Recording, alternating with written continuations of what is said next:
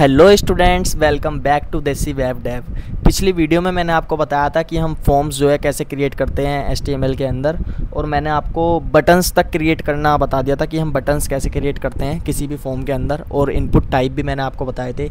तो उसी वीडियो को हम आगे जो है कंटिन्यू करेंगे, और इस वीडियो में मैं आपको बताऊँगा कि हम चेक बॉक्स कैसे क्रिएट कर सकते हैं।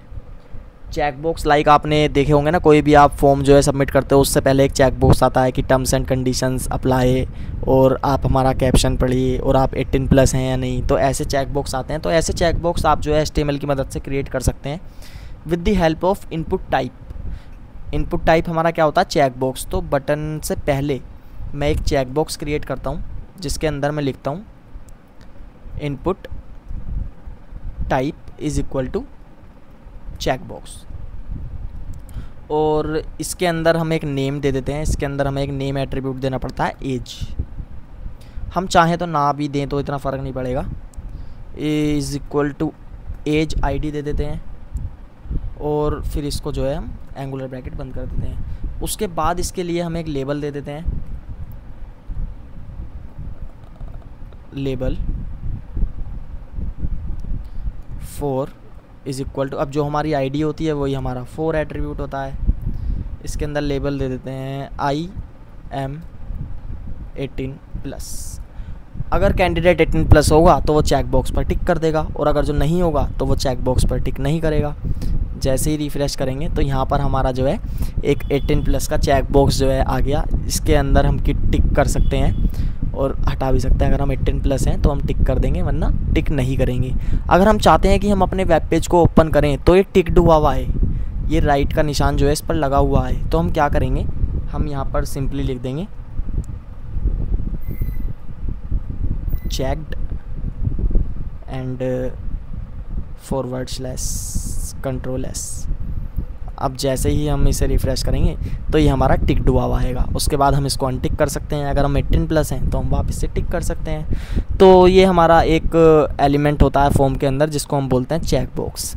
अब चेक बॉक्स के बाद हमारे एक एलिमेंट और आते हैं फॉर्म के अंदर जिनको हम बोलते हैं रेडियो बटन्स। रेडियो बटन्स क्या करते हैं? रेडियो बटन्स भी हमारे चेक बॉक्स की तरह ही होते हैं, लेकिन रेडियो बटन्स में क्या होता है, रेडियो बटन्स और चेक बॉक्स में क्या डिफरेंस होता है, पहले मैं आपको रेडियो बटन्स जो है क्रिएट करके दिखाता हूँ। लाइक मैंने इसके बाद अपना रेडियो बटन क्रिएट किया, input type is equal to radio, then इसके बाद हम देंगे ID। लाइक मैंने ID दे दी एप्पल।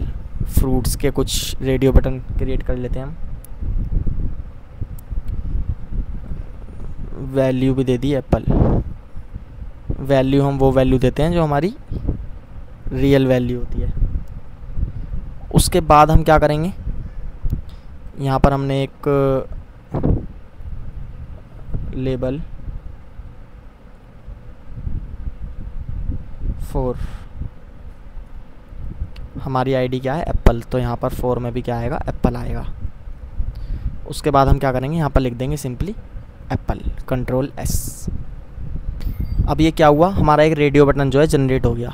मैं यहाँ पर एक रेडियो बटन और जनरेट कर लेता हूँ, Ctrl+C Ctrl+V। इसके अंदर मैं ID एप्पल ही रहने देता हूँ, फॉर भी एप्पल ही रहने देता हूँ। यहाँ पर मैं क्या कर देता हूँ, मैंगो, Ctrl+S।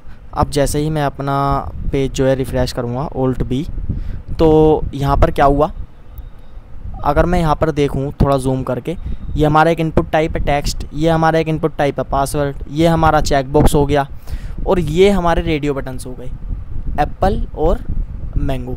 मैं चाहूँ तो इन दोनों को भी सिलेक्ट कर सकता हूँ, मैं चाहूँ तो इन दोनों में से किसी एक को भी सिलेक्ट कर सकता हूँ।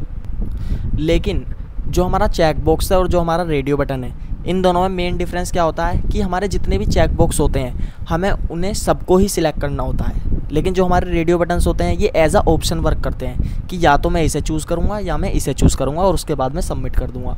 तो ये हमारा मेन डिफरेंस होता है between check box and radio button. तो मैंने आपको रेडियो बटन तक जो है सारे एलिमेंट्स जो हैं पढ़ा दिए हैं।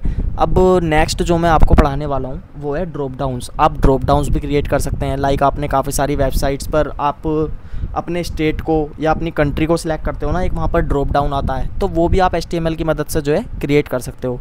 लाइक मैं यहाँ पर एक ड्रॉप डाउन क्रिएट करके दिखाता हूँ। उसका सिंटैक्स होता है कुछ इस तरीके से, select name is equal to, मैं यहाँ पर लिख देता हूँ कंट्री,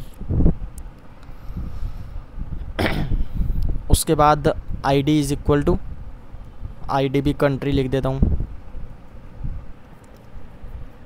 ठीक है।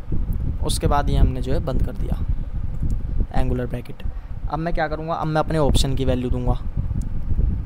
ऑप्शन वैल्यू, सबसे पहले वैल्यू मैंने क्या दी, लाइक दिल्ली, और यहाँ पर मैंने क्या लिख दिया, दिल्ली। उसके बाद दूसरी वैल्यू, हम जितनी चाहें उतनी वैल्यू यहाँ पर दे सकते हैं। Option value is equal to, मैं यहाँ पर लिख देता हूँ गोवा, उसके बाद यहाँ पे लिख देता हूँ गोवा, और हम थोड़ी सी सिटी और ऐड कर लेते हैं। हम फ़िलहाल इन्हीं सिटीज़ को कॉपी कर लेते हैं, आप चाहे तो अलग अलग सिटीज़ जो है लिख सकते हैं।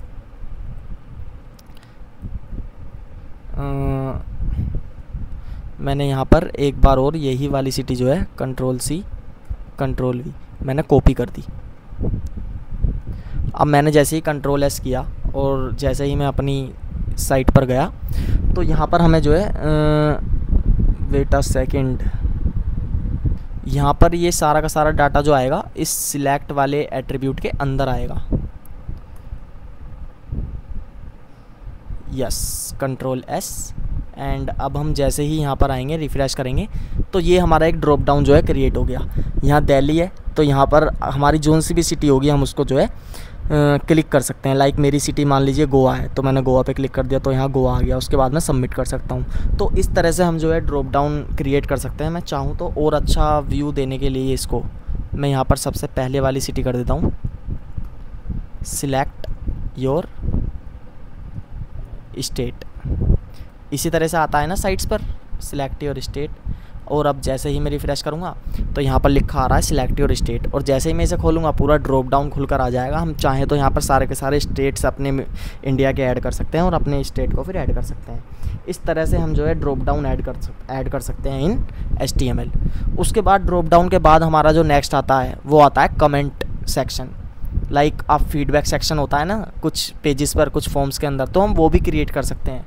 उसे क्रिएट करने के लिए हम क्या करते हैं, basically label 4 is equal to, यहाँ पर हम लिखेंगे फीडबैक।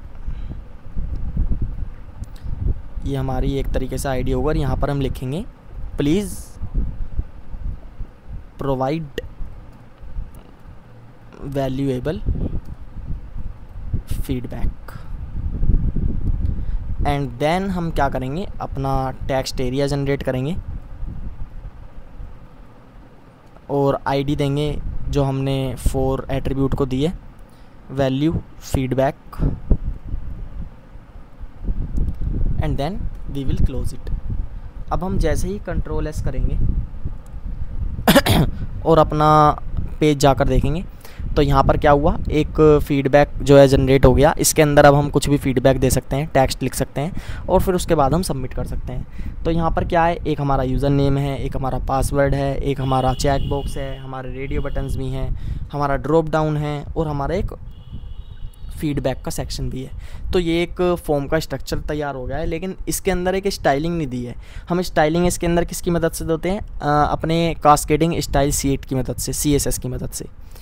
तो CSS की मदद से हम सीखेंगे कि हम इस फॉर्म को कैसे स्टाइल करेंगे, कैसे हम इसको वर्टिकली जो है अलाइन करेंगे, और इसको एक अच्छा स्ट्रक्चर प्रोवाइड कराएंगे। तो इस तरह से हम जो है फॉर्म जनरेट कर सकते हैं with the help of HTML। तो मैंने HTML सीरीज़ के अंदर आपको सारे के सारे टॉपिक्स करा दिए हैं। मैंने आपको फ्रॉम बेसिक टू एडवांस सारी की सारी चीज़ें जो हैं कवर करा दी हैं। आपको आपके बेसिक हेडिंग, पैराग्राफ टैग से लेके सुपर स्क्रिप्ट, सब स्क्रिप्ट, टेबल्स, लिस्ट्स और फॉर्म्स, सारी चीज़ें मैंने आपको करा दी हैं। अब आगे हम इसके बाद जो वेब डेवलपमेंट की सीरीज़ के अंदर हम स्टार्ट करेंगे, वो हम स्टार्ट करेंगे CSS के साथ, cascading style sheets. That's it for today.